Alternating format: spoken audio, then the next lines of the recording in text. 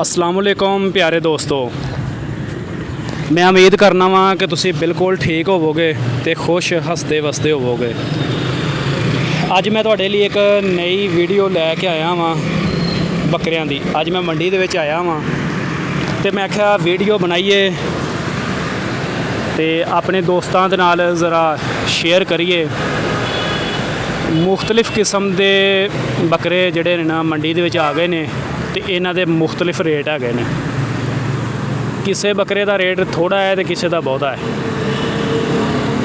पर रेट के हिसाब किताब नाल ना बकरे बिल्कुल मुनासब हैगे ने, ज़्यादा रेट नहीं हैगा। तुहानूं छोटा जानवर भी मिलेगा तो वड्डा जानवर भी मिलेगा,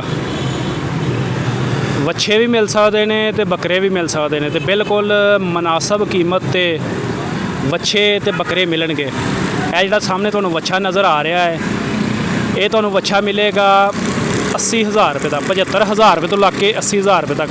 लख रुपया इस वच्छे का मंगण डे ने तो तुहानूं 75 तो लग के ना 80,000 रुपये तक वच्छा बा आसानी मिल सकता। तो यह जिहड़ा भेडू हैगा वे, एडा को भेडू तुहानूं जिहड़ा ना मिल जाएगा तकरीबन कोई 29-30,000 रुपये का, 32,000 रुपये तक फाइनल मिल जाएगा। 40,000 रुपये इन्हां दा मंगदे ने ते कुछ बंदा बहस करने वाला होवे तो रेट कम कर लेंदे ने।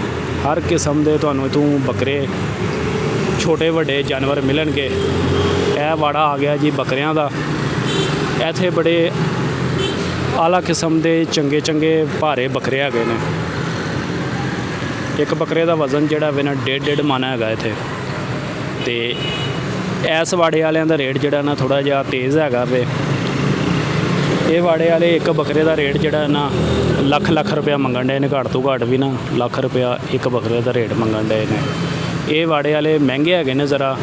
तो इन्हां दे नाल वो जिहड़ा परली साइड ते वाड़ा हैगा है, उत्थे जानवर सस्ते हैगे ने। उन्हां कोल जानवर है होले ने, पर रेट उन्हां दा मुनासब। ये नहीं कि 1.5 मन का बकरा होएगा, 1.5 मन तो कम होएगा, पर उन्हां दा रेट मुनासब है। उतों तुहानूं जिहड़ा सही वाला बकरा है ना, बहुता ना भारा होएगा ना हौला होएगा, तुहानूं तकरीबन 65 तो 70,000 रुपये का मिल जाएगा।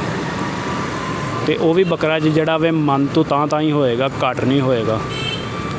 जिहड़ा 65-70,000 रुपये का बकरा वे वो मन तो तां होएगा, घट नहीं होएगा। बकरे